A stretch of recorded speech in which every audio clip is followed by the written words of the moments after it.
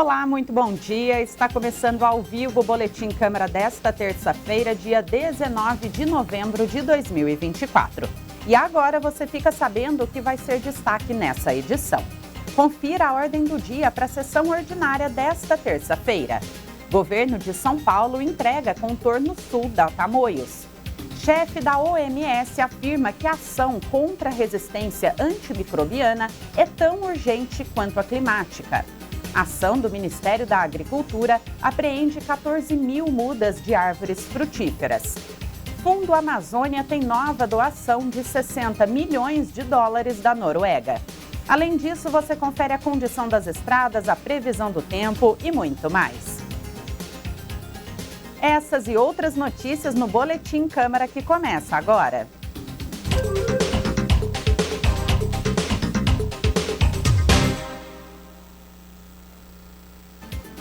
Hoje é dia de sessão ordinária e um dos itens da pauta é o projeto que retira a doação diária a uma empresa, como conta o repórter Lincoln Santiago. Este assunto está em alta nas pesquisas do Google, com mais de 50 mil buscas entre domingo e segunda-feira. Dia 20 de novembro é sim feriado nacional. A data foi decretada em 2023, com a sanção da Lei Federal 14.759.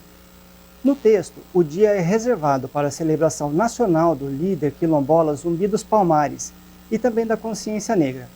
Aqui em Taubaté, a data também foi incluída no calendário municipal de feriados em 2023, quando entrou em vigência a Lei Municipal 5.902, apresentada pelo vereador Adriano Coletor Tigrão.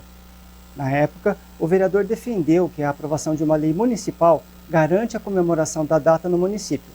Ele citou ainda o exemplo da abolição da escravatura, que em Taubaté aconteceu antes da assinatura da Lei Áurea. Zumbi foi um dos líderes do Quilombo dos Palmares, o maior do período Brasil-Colônia.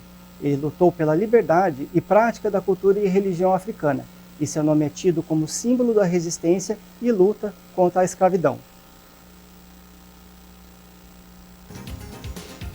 Obrigada, Lincoln. Ele entrou, então, falando aí do feriado da consciência negra. E esse feriado, apesar, de ser nacional aí, os serviços essenciais continuam em funcionamento. Então, da mesma forma, algumas carreiras seguem também horários estabelecidos em acordo coletivo. Então, cada um pode estar ali sujeito ao trabalho nessa data.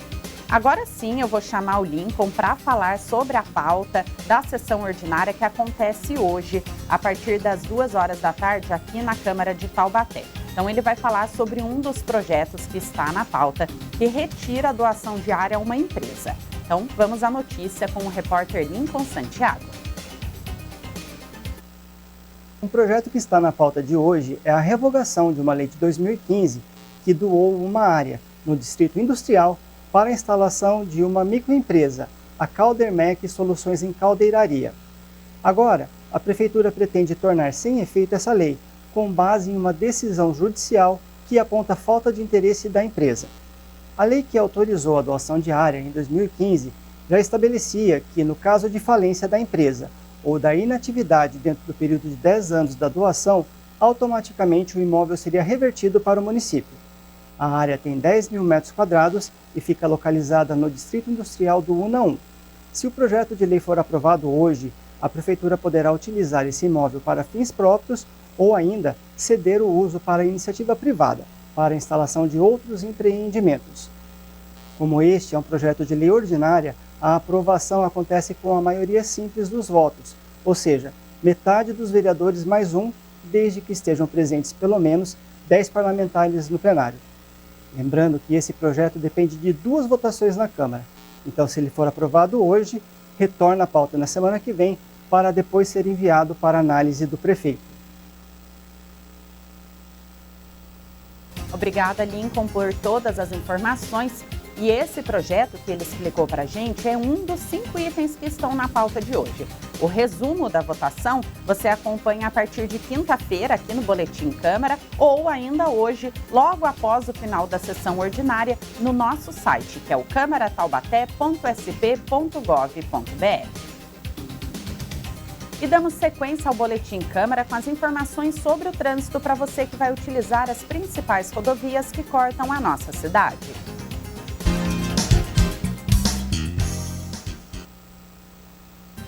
Floriano Rodrigues Pinheiro, sentido Serra da Mantiqueira, tem movimento bastante tranquilo na manhã desta terça-feira. Atenção com a presença de veículos pesados que trafegam na pista.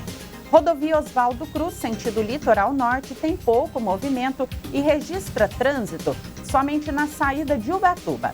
Atenção do motorista para a presença de neblina no trecho de serra. O restante da viagem é bem tranquila. A rodovia Oswaldo Cruz será... Bom, eu ia trazer a informação aqui que ela seria interditada para obras de melhorias, mas essas obras já foram realizadas e a via já está liberada. Vamos às informações aqui da rodovia Presidente Dutra. Alguns pontos têm obras na pista, tá? Então, aqui no Vale do Paraíba, as obras acontecem em São José dos Campos, na altura do quilômetro 154. Então, atenção do motorista e reduz a velocidade nesses trechos de obra. Depois disso, nós temos 2 pontos de lentidão em razão do excesso de veículos na pista, nos bairros Vista Verde e Eugênio de Melo, que é os quilômetros 137 e 144. Nós temos imagens também ao vivo da rodovia Presidente Dutra. Este é o quilômetro 110, altura de Taubaté. Movimentação tranquila, apesar de constante, mas não há lentidão no trânsito. O lado direito da tela vai sentido Rio de Janeiro e o lado esquerdo sentido São Paulo. Essas imagens e as informações são da CCR Nova Dutra, que é a empresa que administra a rodovia. E o apresentador Miguel Cáter está gravando hoje mais um episódio do Câmara na Rua. Então, nós vamos fazer contato com ele agora para saber quais são as novidades do programa. Bom dia, Miguel. Tá me ouvindo?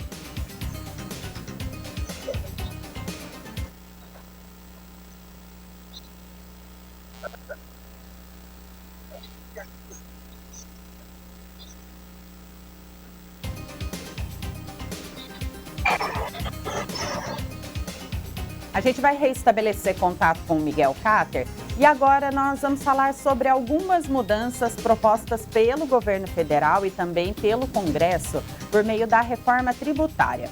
Segundo uma pesquisa que foi realizada com mais de 1.100 pessoas, o cashback e a alíquota reduzida para profissionais liberais são os 2 pontos que mais devem trazer mudanças para a população de baixa renda. Esse estudo foi feito pela empresa Solux. São considerados de baixa renda aquelas pessoas que tenham rendimento mensal de meio salário mínimo, ou seja, de R$ 706. O levantamento ainda mostra que, dentre aqueles que estiverem aptos a receber o cashback, a maioria afirma que vai priorizar o pagamento das compras de mercado e também das contas básicas da casa, como água, luz, internet e aluguel. O assunto, no entanto, ainda é motivo de dúvidas entre a população.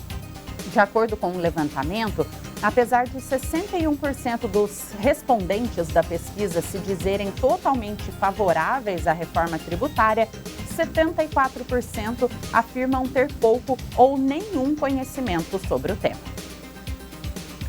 E em conferência global, o diretor-geral da OMS alerta que a resistência antimicrobiana é uma crise tão urgente quanto a climática.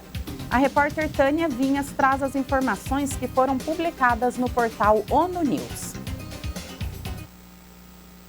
Começou ontem a semana de conscientização sobre resistência antimicrobiana, a RAM, com o tema Educar, Defender e Agir Agora. A RAM é a capacidade de bactérias, vírus, fungos e parasitas de resistir à ação de medicamentos. E para a Organização Mundial da Saúde é uma crise global urgente. A 4ª Conferência Ministerial Global aconteceu de 14 a 16 de novembro na Arábia Saudita e reuniu representantes de mais de 50 países. Lá, o diretor-geral da OMS, Tedros Ghebreyesus, afirmou que essa resistência não é mais um problema para o futuro, e sim do presente, já que as infecções por superbactérias matam cerca de 1.300.000 pessoas todos os anos. E combater essa questão é, abre aspas, tão urgente quanto a ação climática. Ele também apontou a ironia de que enquanto temos micróbios ficando ultra resistentes porque as pessoas abusam de medicamentos, outro grande número de pessoas morre por não conseguir ter acesso a eles. A distribuição é muito desigual.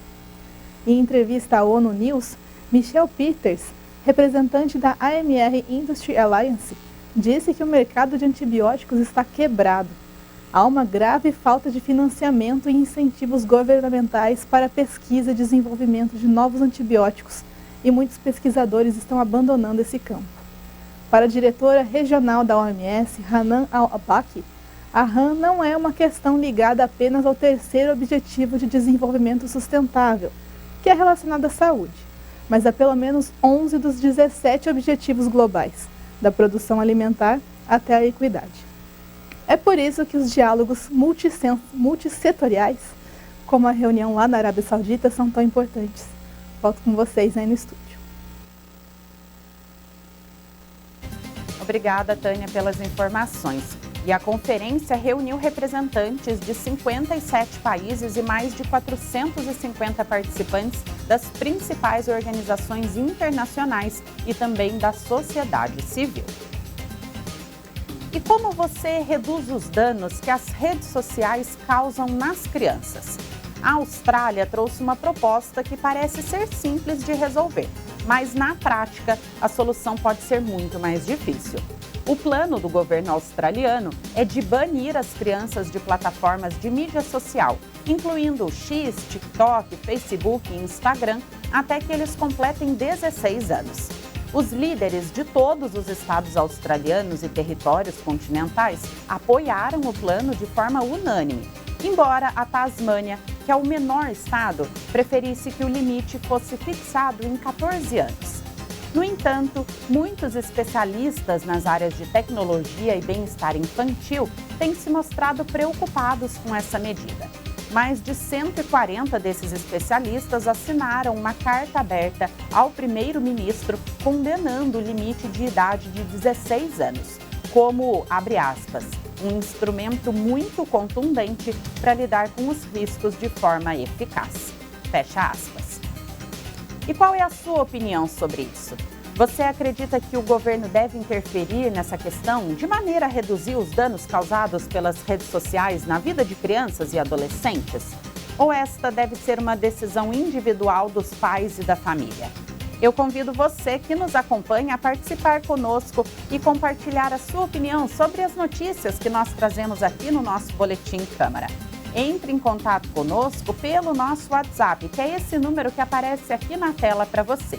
É o DDD 12 3625 9525. E foi inaugurado o contorno sul da rodovia dos Tamoios, ligando Caraguatatuba a São Sebastião. O repórter Lucas Levin traz mais informações sobre esse assunto.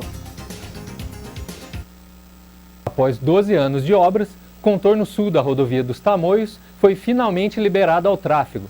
Com 22,7 quilômetros de extensão, a nova estrada conecta o quilômetro 11 da Tamoios, na entrada de Caraguatatuba, à SP-55, em São Sebastião, próximo à praia de Maresias. O novo trecho conta com uma infraestrutura que inclui túneis e passagens elevadas para minimizar os declives do terreno e aumentar a segurança dos motoristas. O trajeto entre Caraguá e o Porto de São Sebastião, que antes demorava em torno de 45 minutos por causa do trânsito urbano e a condição da estrada, agora será de apenas 16 minutos. A rodovia foi projetada para permitir uma viagem mais rápida e segura, com velocidade de até 80 km por hora e sem interrupções, ao contrário do trecho atual, que possui lombadas, semáforos e travessias de pedestres. Outra novidade é o sistema de pedágio Free Flow, que cobra R$ 5,20 por veículo de passeio e por eixo de veículo comercial, e R$ 2,60 de motos, e será cobrado automaticamente para quem utiliza tags. Obrigada, Lucas. Essa questão do pedágio Free Flow pode gerar dúvidas, né? Para quem não possui a tag, como ele citou, o pagamento poderá ser feito pelo aplicativo Tamoios Free Flow, que é disponível para Android e também para iOS. O aplicativo permite que os motoristas efetuem o pagamento e também acompanhem as passagens, garantindo mais comodidade e agilidade. E seguimos agora com as manchetes dos principais jornais da nossa região e do Brasil. Jornal Vale destaca: texto, que aumenta a IPTU em 92%, recebe parecer contrário na Câmara. 2 órgãos técnicos da Câmara de Taubaté emitiram pareceres contrários ao projeto do prefeito José Saldi, que faz a revisão da planta genérica de valores imobiliários. Os pareceres dos órgãos técnicos não impedem a tramitação do projeto, mas poderão ser levados em consideração pelas comissões que ainda vão analisar a proposta. O portal G1 destaca: região mais violenta do interior de São Paulo, Vale do Paraíba recebe 13 novos delegados. O objetivo é que os novos delegados aprimorem o atendimento à população e o trabalho investigativo para combater a criminalidade no estado. No cenário nacional, o jornal Folha de São Paulo destaca: Polícia Federal prende 4 militares e 1 policial suspeitos de planejar golpe e morte de Lula em 2022. Outro alvo, de acordo com as apurações da Polícia Federal, seria o ministro Alexandre de Moraes, do STF, que seria preso e morto em seguida. E, por fim, o portal CNN Brasil traz como manchete: PUC cria comissão que pode expulsar alunos por preconceito contra estudantes da USP. Os estudantes foram filmados ofendendo membros da torcida da USP durante os Jogos Jurídicos Estaduais em Americana, no último sábado. Eles profanaram ofensas como cotistas e pobres, além de serem acusados de falas racistas. E agora nós conseguimos restabelecer o contato com o apresentador Miguel Cáter, que está filmando aí mais um episódio do Câmara na Rua. Então eu vou pedir para fazer contato com o Miguel agora para a gente saber quais são as novidades desse programa. Bom dia, Miguel. Bom dia, Ana Laura. Bom dia a todos que acompanham o Boletim Câmara nesta terça-feira. Sabe onde é que eu estou, Ana? Eu estou aqui no bairro do Una, na Nato Solo, uma empresa que produz condicionadores de solo e compostos orgânicos. Para quem não sabe o que é isso, eu estou aqui, que eu não sou bobo nem nada, eu trouxe um engenheiro ambiental para poder explicar isso detalhadamente, qual é o processo disso. E só para você ter uma ideia, eu vou adiantar alguma coisa, Felipe. Um dos 3 produtos que eles produzem, sem a redundância, vai para todo o Brasil, para os gramados de futebol. Felipe, bom dia. Bom dia a todos, tudo bem? O Câmara vai ao ar na sexta-feira, às 14 horas, mas vamos dar uma vontade. Conta pra gente aqui, conta para os nossos telespectadores, a nossa audiência, o que eles vão ver, qual é o processo diário, a logística aqui do processamento. Joia. Estamos fazendo hoje aqui uma visita, né? Trata-se de uma visita técnica, né? De todo o processo de produção do nosso composto orgânico. Aquela terrinha preta para o plantio, que compra na Cobase, lá no Leroy Merlin da vida, né? Então aqui a gente vai mostrar como que vai fazer, beneficiar, peneirar, fertilizar e o invase e até a distribuição final. Quais são os 3 produtos que você está Nós trabalhamos com 3 linhas principais. O floreira, para uso geral, ornamental e florestal. Paisagismo geral, desde da dona de casa até o grande atacadista e afins, né? O green, que é um produto hoje que é de cobertura de gramados. Então o gramado, em várias épocas do ano, ele acaba sendo entrando em hibernação, fica feio, palhoso, com pragas. Então esse green ele vem fertilizar o gramado, nutrir organicamente. Né? Esse que vai para o Brasil inteiro, para os estádios. Isso. Foi usado em Olimpíada e Copa do Mundo, inclusive. Isso, os Jogos Pan-Americanos, as Olimpíadas do Rio, todos os gramados aí tiveram a nossa supervisão. E o outro? E o outro finalzinho é o nosso, tá com 2, 3 anos no mercado, pra gente é novo, né? Uhum. É o de horta, né? Temos o para horta. Então, para plantio orgânico, indoor, é o que tem mais saída, né? Tá em todas as lojas de paisagismo praticamente aí do Brasil. Esse a gente fala de agricultura domiciliar. Isso. Né, que está em voga isso hoje, falando muito, o agronegócio. O agro, na parte maior, né, mais expansiva, costuma usar mais química. Nessa parte caseira, da dona de casa, do pai que quer consumir um alimento orgânico com os filhos, ter essa troca de energia com a natureza, o horta está sendo mais vendido. Um detalhe, a gente fala de sustentabilidade, viu, Ana? Zero química, não é isso? Zero química. Temos todas as certificações, registro, Ministério da Agricultura, IBAMA, CETESB, temos selo verde também de produto sustentável, com iniciativa verde. Então, é daqui de Taubaté, com os resíduos de Taubaté, e a gente vende nível Brasil. Legal, Felipe. Ana, portanto é isso. Hoje nós estamos acompanhando, ele está acompanhando essa visita nossa, o Felipe Oliveira, que é o engenheiro ambiental aqui da empresa, e nós vamos trazer todos os detalhes, desde o início, todo o processo, até chegar aqui, ó.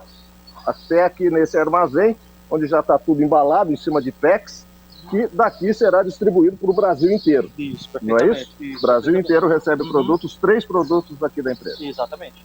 Então, sexta-feira, 2 horas, Câmara na Rua, 2 horas da tarde, Câmara na Rua para você. Um abraço, Ana.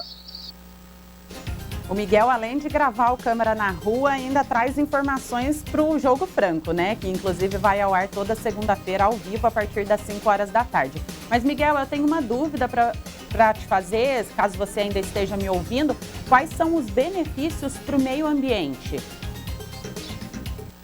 A Ana Laura está perguntando aqui, Felipe, os benefícios para o meio ambiente dessa metodologia de produção de vocês. Todos, os benefícios são todos imagináveis, né? A gente tira um resíduo que está indo para o aterro, que está indo para o lixo, descartado, a gente beneficia esse resíduo, transforma num composto orgânico, esse composto orgânico volta para a natureza. O nosso slogan é da natureza para a natureza. Então a gente retorna com esse resíduo, que é um lixo, ele transforma num fertilizante classe 1A, 100% orgânico, para plantio, geral, ornamental, florestal. Só para saber, viu, Ana, essa matéria-prima chega de forma impura para vocês? Impura, totalmente impura. Totalmente suja, né? A gente faz a classificação, peneiramento, envase, todo o processo para beneficiar ele. Legal, vocês vão saber, vou repetir, sexta-feira, 14 horas, viu, Ana? Câmara na Rua trazendo todos os detalhes e o processo, a logística deles aqui é muito interessante. Não perca. Está marcado então, sexta-feira, às 2 horas da tarde. Obrigada, Miguel. Obrigada, Felipe, também pelas informações. E o Miguel que entrou ao vivo para conversar com a gente aqui no Boletim Câmara. E agora nós vamos para um rápido intervalo. Na volta, eu trago mais notícias para você, a previsão do tempo e também a nossa entrevista do dia. Não saia daí, nós voltamos em instantes.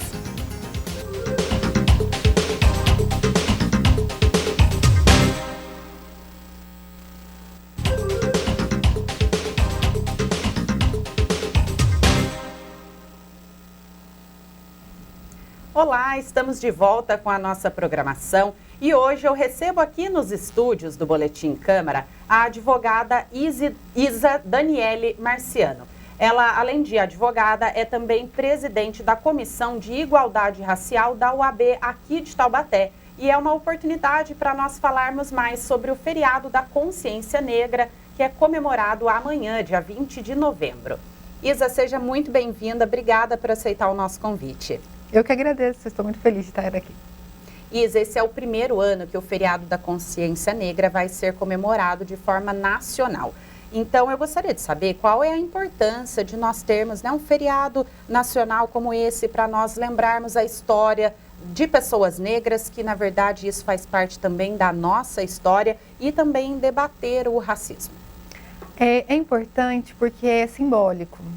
Nós precisamos de símbolos para nos lembrar da nossa história e também reparar um apagamento histórico sofrido pela população negra e pela contribuição que ela fez também para a construção do nosso país. Então, eu acredito que, primeiramente, termos um dia para pensarmos sobre a temática é um ato de reparação. E é um ato de reparação também porque esse dia tem ligação direta com um personagem muito importante na nossa história que se chama Zumbi dos Palmares, que foi uma representatividade de resistência, uma organização social. O Zumbi criou uma organização social diferente da escravidão, diferente da colonização. Então, é um momento da gente reparar a história e enfrentar o epistemicídio. E quais atividades você acha que poderiam ser realizadas na sociedade, na comunidade, para que esses assuntos possam ser abordados de maneira clara, que as pessoas absorvam mesmo esse conteúdo? Muitas formas podem ser feitas, atividades escolares podem ser feitas e são feitas aqui no município, encontros com os movimentos sociais, nós podemos citar, por exemplo, o Fórum de Igualdade Racial. Ontem na OAB nós estávamos tendo uma discussão que envolvia educação, religiosidade, direitos humanos. Então tem muitas atividades acontecendo, sejam elas culturais, educativas, religiosas, que envolvam a temática. A gente pode realizar essas atividades também nas escolas, com as crianças, os adolescentes, envolvendo eles, já que eles são propagadores, multiplicadores dessas informações? Com certeza. Existe uma lei chamada Lei número 10639, que tornou obrigatório o ensino de História e Cultura Africana e Afro-Brasileira nas escolas. Essa lei é uma lei nacional, ela é obrigatória para todo o território brasileiro e ela nos incentiva a comemorar o dia 20 de novembro, mas também a alterar o currículo para que durante todo o ano as crianças tenham acesso a essas contribuições feitas pela população negra.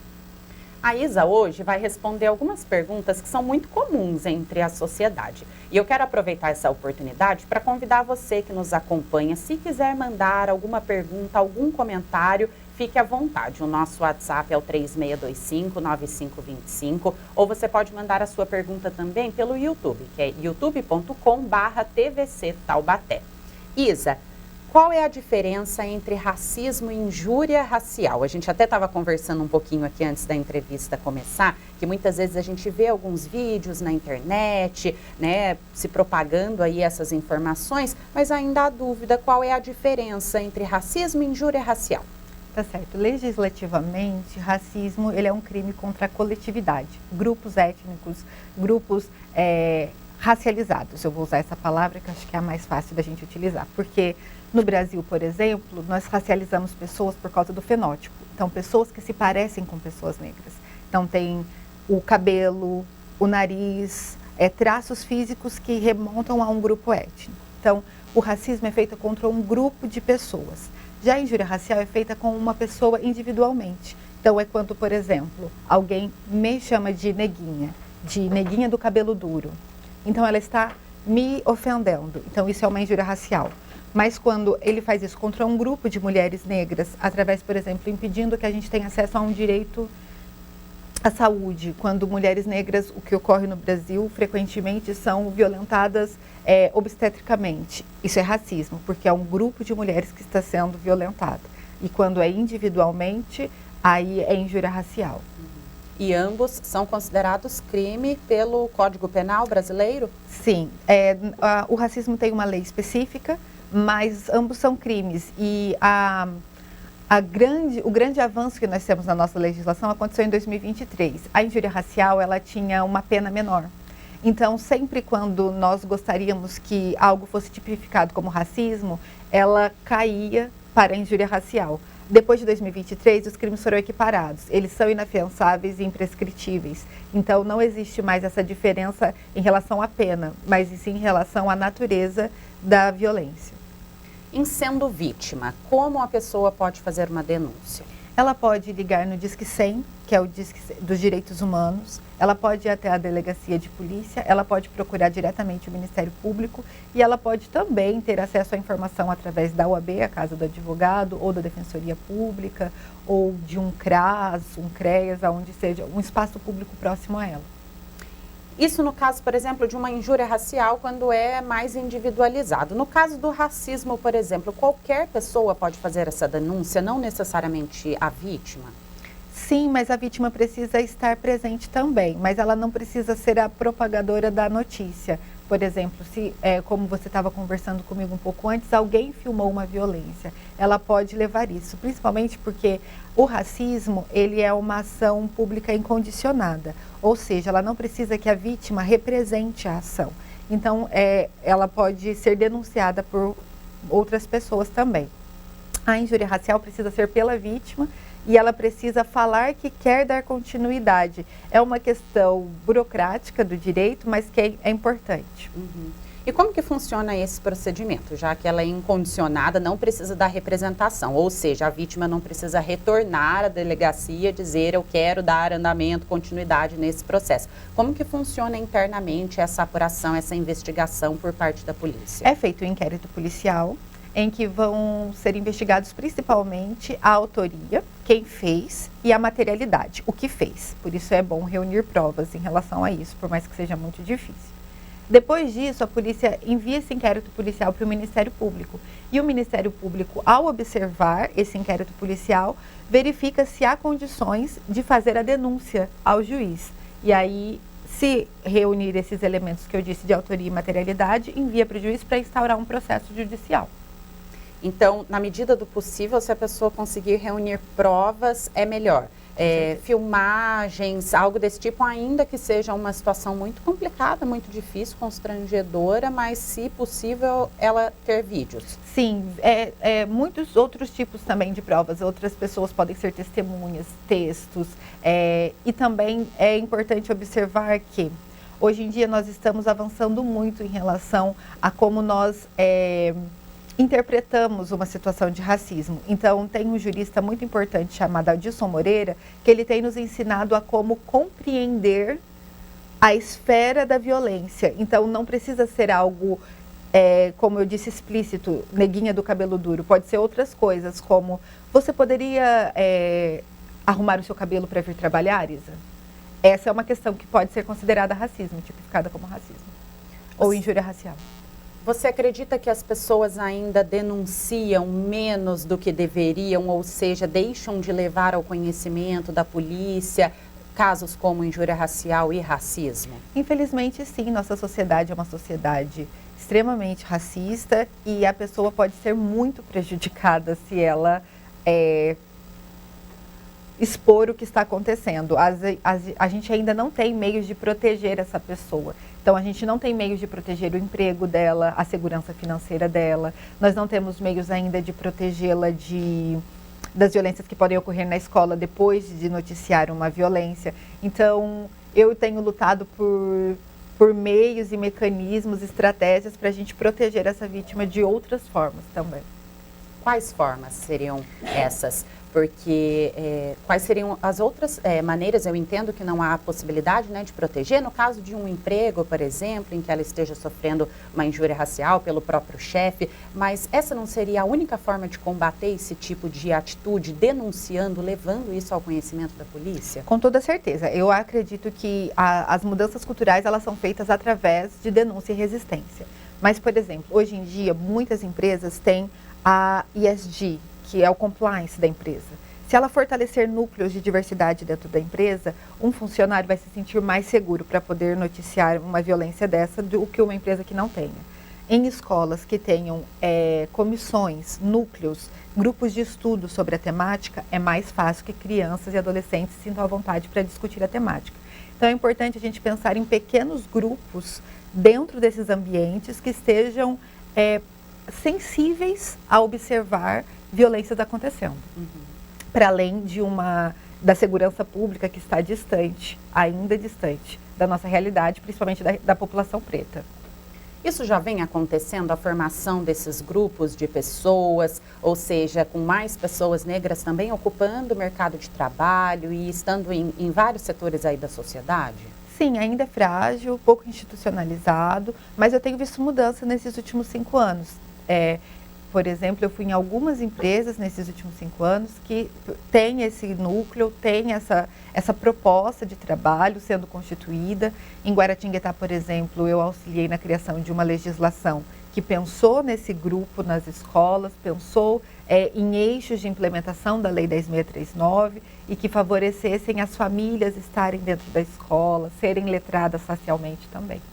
E ainda falando sobre a denúncia, isso significa então que a vítima não precisa de um advogado, por exemplo, para procurar a delegacia, ou sim, ela precisa dessa representatividade jurídica? Ela não precisa do advogado porque nos casos de crime, quem defende a sociedade é o Ministério Público. E o Ministério Público, ele é o responsável por defender essa vítima. Então, ela pode ter um advogado caso ela queira uma especialidade, ela queira saber rapidamente sobre o processo, ela queira ter contato com o processo semanalmente. Talvez o Ministério Público, o promotor de justiça, não consiga dar esse atendimento especializado, mas ela não precisa disso para denunciar. E quais são E quais são as penas desses crimes, o racismo e a injúria racial? O racismo é de 1 a 5 anos, a injúria racial de 2 a 5 anos de reclusão.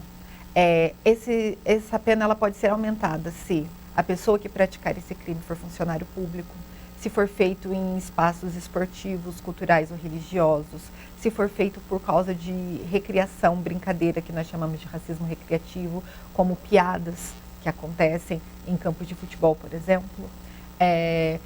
Pode ser aumentada também caso seja feito contra grupos vulneráveis, crianças, idosos e pessoas com deficiência. Então, existem alguns mecanismos que podem aumentar essa pena, além de ser de 1 a 5 anos. Isa, a gente ouve falar bastante também sobre o racismo estrutural. Qual é a sua opinião sobre isso? O racismo estrutural, ele quer dizer, quando eu comecei falando a fala aqui, discutindo com você, eu disse que legislativamente racismo é um crime contra um grupo coletivo. Mas nós, quando estudamos a temática, nós pensamos que racismo estrutural, ele é uma tecnologia de poder e um instrumento de controle. Existe um grupo dominante que se utiliza dessa artimanha para inferiorizar grupos e superiorizar outros. Que é isso? Trazer uma hierarquia social através do fenótipo, no caso brasileiro. Então, isso é racismo estrutural, hierarquizar um grupo e subalternizar outro. E como você tem visto a questão da internet aí no cometimento desses crimes? Porque muitas pessoas acabam encarando esse ambiente aí como um ambiente sem leis, em que você pode se expressar da maneira como você quiser, e essas pessoas acabam se justificando, dizendo que elas têm o direito de se manifestar, o direito do seu próprio pensamento. Então, a liberdade de expressão, ela não é uma justificativa para cometimento de crimes, né? E nós precisamos ainda naturalizar que racismo é um crime no Brasil. Isso ainda não está assentado no imaginário social. Por causa do nosso histórico de colonização, nosso histórico de escravização, nós entendemos que é normal ofender pessoas negras no Brasil. Que isso é que nós pessoas negras interpretamos errado quando isso acontece. Não, mas eu estava brincando. Não, mas você me entendeu errado. Então, primeiramente, é importante que a gente mude o nosso imaginário social através de culturas antirracistas. A internet, apesar dessa falta de regulação que está em trâmite, né, a regularização da internet e da liberdade de expressão, é muito importante a gente pensar que é um lugar também que nós conseguimos expressar nossos descontentamentos e resistências também. É através da internet que muitos crimes de racismo estão sendo expostos. Teve jogos jurídicos agora entre as universidades e uma pessoa foi filmada gritando pobre, cotista, proferindo ofensas racistas, e ela vai ser processada por isso, ela foi demitida por isso. Então, graças à internet e à viralização desse vídeo é que nós podemos lutar contra essa prática que ainda é comum no nosso país. E seria um meio também de as pessoas se unirem por uma causa, se encontrarem, se organizarem para que lutem também contra o racismo? Sim, ela é uma comunidade. Nós dizemos que ela não pode ser a nossa maior comunidade, a comunidade mais importante. Ainda é muito importante estar nas ruas, ainda é muito importante se encontrar pessoalmente, porque são nesses lugares que nós formamos laços afetivos mais fortes. Mas é um lugar muito importante, principalmente para conhecer também, estudar sobre a temática, conhecer pessoas que estão fazendo um ótimo trabalho sobre... É legal a internet usar assim. E em caso de um crime cometido ali na internet, também é possível denunciar? Como que é a investigação com relação a esse ambiente? Da mesma forma, um crime em que nós conseguimos a materialidade e a autoria dele, ele deve ser denunciado, noticiado. É importante também dizer que muitas plataformas, elas já estão tendo um protocolo. Então, caso apareça uma ofensa racista, por exemplo, a plataforma tira, nós podemos denunciar esse post, essa imagem, e aí isso faz com que a imagem pare de correr, entendeu? Então isso é bem importante também, a gente, quando ver uma ofensa racista, denunciar, fazer a conta, a gente fala na internet, a conta cair, a conta ser bloqueada, ela não pode continuar proferindo ofensas e crimes sob o pretexto de ter liberdade de expressão. E geralmente esse é um recurso que está disponível ali no próprio post, Sim. muito facilmente, né, para que a pessoa possa fazer a denúncia. E lembrando também para que muitas pessoas acabam compartilhando com o intuito de condenar aquela publicação. Mas quanto mais você compartilha, mais a rede social entende que aquele conteúdo é relevante. Então isso acaba prejudicando. Isa, a gente recebeu aqui uma pergunta de um telespectador com relação ao sistema de cotas, seja em concurso público, seja na educação. Quais são os critérios hoje para a distribuição ali de vagas? Então, tem diferença para concursos públicos e para as universidades. Eu vou falar sobre as universidades. Existem as cotas, as ações afirmativas, elas são para alunos de escola pública e dentro desse grupo há uma reserva para pessoas negras. É bem importante dizer isso porque as cotas elas são para alunos de escola pública e para pessoas negras, não são a mesma coisa. Então, às vezes as pessoas pensam que é só para pessoas negras as ações afirmativas e não, elas são também para alunos de escola pública. E eu gostaria de gastar um tempo dizendo por que isso é importante, porque quando essa ação afirmativa foi feita, ela tinha 3 propósitos: o reconhecimento da contribuição negra para a construção do país e para a produção de conhecimento, a reparação de anos de escravidão que nos impediu de estar em postos de liderança, inclusive depois da abolição. Então, foi uma reparação histórica, foi um reconhecimento da contribuição. Então, essas são propósitos que levam a justificar a existência de uma ação afirmativa. Nós não queremos que ela exista para sempre, nós queremos que chegue um momento em que nós já estejamos em lugares estratégicos de liderança e que a sociedade seja mais equânime.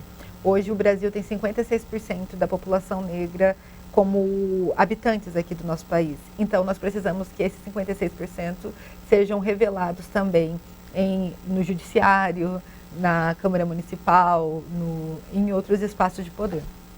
Você acredita que esse sistema de cotas, ele é uma ação efetiva nessa reparação? Sim, com certeza.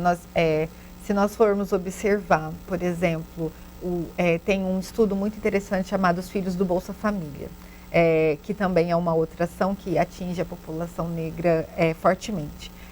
Nós vemos que os filhos do Bolsa Família, a primeira geração desses filhos, hoje eles não precisam mais do recurso e eles estão na universidade. É muito interessante ver como 2 políticas públicas conseguiram trazer uma transformação. É uma transformação satisfatória? Não. Ainda existem muitos outros desafios? Sim. Nós precisamos pensar em outras políticas que atendam a nossa população? Sim. Mas essas 2 trouxeram mudanças significativas. Eu posso dar um exemplo. O meu pai estudou, depois de adulto, direito com 100% de bolsa. E aí eu consegui ser advogada sem utilizar a bolsa e estou no doutorado. Então eu elevei a escolaridade de toda a minha família. Provavelmente eu sou a primeira doutoranda da minha casa. Então pensando em todos os meus antecessores também. Isa, na nossa introdução aqui, eu te apresentei como presidente da Comissão de Igualdade Racial na OAB de Taubaté. Eu queria entender o que é exatamente essa comissão, qual é o papel dela. Bom, uma das coisas que a gente... Ontem, no evento, eu mostrei os 3 anos de gestão, né? A gente fez muita coisa nesses últimos 3 anos, mas talvez algo que a gente tenha feito que eu considere mais relevante foi reunir secretarias daqui do município, como a de Educação, Esportes e Cultura, e pensar em estratégias para o atendimento da população negra no município. Por exemplo, quando eu comecei a discussão sobre a educação no município, uma educação que respeitasse a legislação 10.639, o município não trabalhava essa temática sistematicamente, institucionalmente, e aí nós discutimos pensar formações para supervisores, diretores, coordenadores pedagógicos, ainda não conseguimos chegar nos professores, mas pensar em avaliações que pudessem identificar se os alunos negros estavam aprendendo tanto quanto os brancos, porque nas avaliações externas do SAEB era muito diferente a aprendizagem entre essa população. Então a gente foi vendo mecanismos de atendimento às crianças e adolescentes negros, mas a gente fez isso no esporte e na cultura também. E a população pode participar dessa comissão? Tem reuniões que são feitas, que as pessoas podem comparecer, dar suas opiniões, sugestões? Sim, nós temos um calendário que geralmente envolve 3 datas. O 4 de março, que é quando a abolição aconteceu aqui no município de Taubaté, quando nós realizamos o Fórum de Igualdade Racial. Ele é um evento aberto ao público, todos podem participar e geralmente nós tratamos da temática e da criação do Conselho de Igualdade Racial também, que é uma legislação que está aqui na Câmara. Depois nós temos em julho o Dia da Mulher Latino-Americana e Caribenha, Afro-Latino-Americana e Caribenha, que nós comemoramos na UAB também. E aí, por último, em novembro nós temos as atividades relacionadas ao mês. Esses 3 eventos são abertos ao público e todos podem participar. Para você ser integrante da comissão, é necessário ser advogado, mas você pode ser um amigo da comissão, você pode estar perto da comissão. Nós, nessa gestão principalmente, estivemos muito perto dos movimentos sociais. O Fórum de Igualdade Racial é um dos movimentos sociais mais atuantes próximo à comissão, então nós somos muito tranquilos em relação a isso. Bacana. Isa, eu quero agradecer então mais uma vez pela sua vinda, por todos os esclarecimentos e até uma próxima oportunidade. Eu que agradeço, foi muito bom, Ana. Essa foi a entrevista com a advogada Isa Daniele Mariano, que é advogada e também presidente da Comissão de Igualdade Racial da UAB aqui de Taubaté, falando um pouquinho mais sobre o Dia da Consciência Negra, que será comemorado de forma nacional pela primeira vez neste ano de 2024. Agora nós vamos para um rápido intervalo e na volta teremos mais notícias para você aqui no Boletim Câmara.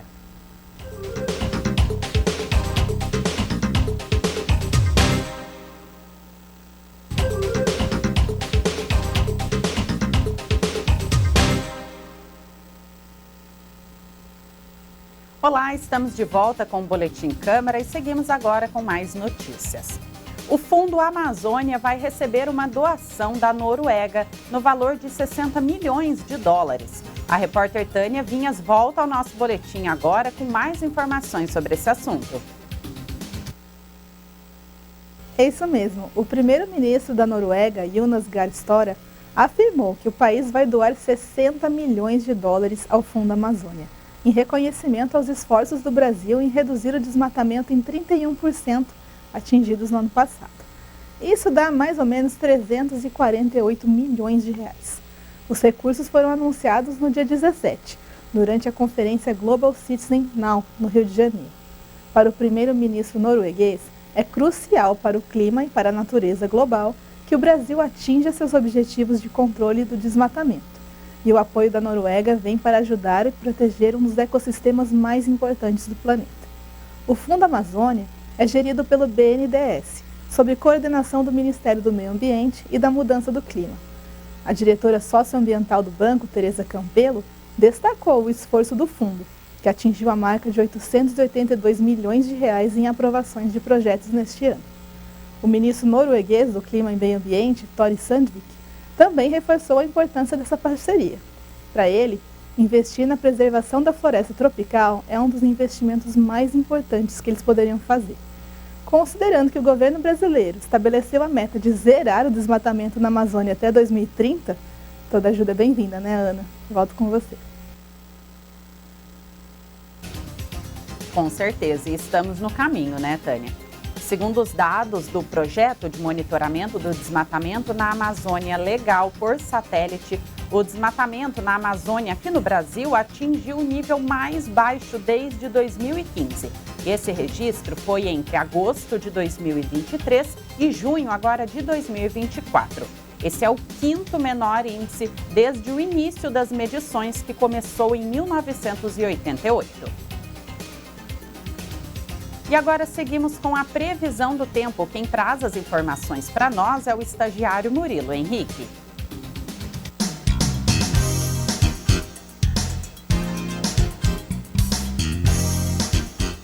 Nessa terça-feira, Taubaté vai ter um dia de sol, com algumas nuvens. As temperaturas variam entre 17 e 30 graus. Os ventos podem chegar a 5 km por hora e a umidade do ar a 44%. A qualidade do ar é satisfatória e o índice de raios UV é extremo. O sol se põe às 6h26 da tarde. As informações são da Climatempo Meteorologia.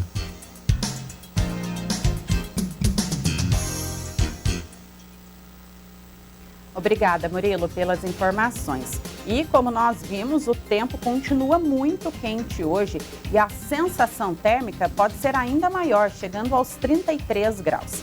E é importante se proteger, não se expor aos raios ultravioleta, principalmente nos horários mais quentes e também com maior incidência, que é geralmente no período da tarde. E agora eu vou trazer para vocês a previsão do tempo de amanhã. O feriado também será de temperaturas bastante elevadas, máximas de 31 graus e mínima de 19 graus. A possibilidade de chuva é de 65% nos períodos da manhã e da tarde, mas se vier, vai ser aí de forma isolada e passageira. Se for aproveitar para fazer atividades ao ar livre, não se esqueça do protetor solar e também da hidratação constante. O aperto de mãos formal entre o presidente Lula e Javier Milei, que é presidente da Argentina, chamou a atenção na abertura do G20 ontem, dia 18, no Rio de Janeiro. O cumprimento protocolar entre os dois chefes de Estado já era esperado, já que eles são adversários políticos. Mas a frieza contrasta com a recepção efusiva de Lula a outros líderes no evento. Ao contrário da cena com Milei, o presidente do Brasil trocou abraços calorosos com Joe Biden, que é presidente dos Estados Unidos, Emmanuel Macron, da França, e até com Giorgia Meloni, da Itália, que também é uma adversária política de Lula. Diplomatas brasileiros temem que Milei haja como um enviado do presidente eleito dos Estados Unidos, Donald Trump, e dificulte o fechamento do texto final da cúpula. Logo nas primeiras reuniões, no dia 12 de novembro, o negociador enviado por Buenos Aires colocou objeções a trechos, como igualdade de gênero e empoderamento das mulheres. Vamos continuar acompanhando e trazendo as principais notícias do G20 para você. Uma ação do Ministério da Agricultura e Pecuária apreendeu 14 mil mudas de árvores frutíferas e 9 mil litros de suco em Pindamonhangaba. Vamos entender melhor esse assunto com o repórter Lucas Levin. A fiscalização aconteceu neste mês de novembro, na região metropolitana do Vale, percorreu mais de 600 quilômetros para acessar diversos estabelecimentos comerciais e envolveu várias equipes do Ministério da Agricultura e Pecuária. Em Pinda, uma produtora não inscrita no Ministério foi autuada e orientada a regularizar a situação. No local, os fiscais apreenderam 14 mil mudas de espécies frutíferas e 8.719 litros de suco. O produto seria vendido a prefeituras da região para o consumo na merenda escolar. Também foram fiscalizados produtores de mudas de espécies frutíferas e de gramíneas de Campos do Jordão e São José dos Campos, além de estabelecimentos relacionados à produção orgânica localizados em Jacareí e Pindamonhangaba. Houve coleta de amostras de produtos vegetais para análise laboratorial da qualidade orgânica. Obrigada, Lucas, pelas informações. E o Ministério da Agricultura afirmou que ações como esta vão continuar na região do Vale e as equipes já planejam repetir o trabalho conjunto em 2025. E assim nós encerramos o nosso Boletim Câmara de hoje. Essa foi a edição ao vivo desta terça-feira, dia 19 de novembro. Eu agradeço a sua companhia e eu retorno na quinta-feira, dia 21, a partir das 9h30 da manhã, aqui na TV Câmara Taubaté. E agora nós vamos com imagens ao vivo. O nosso cinegrafista está na rodovia Presidente Dutra, trazendo imagens agora de Taubaté. Tempo bastante claro, ensolarado, trânsito tranquilo também na rodovia Presidente Dutra. Neste momento faz 27 graus em Taubaté, sensação térmica de 28 graus. O dia vai ser ensolarado, máximas de 30 graus e sem possibilidade de chuva para hoje em Taubaté. Eu desejo a todos um excelente dia, um ótimo feriado amanhã e nos vemos na quinta-feira.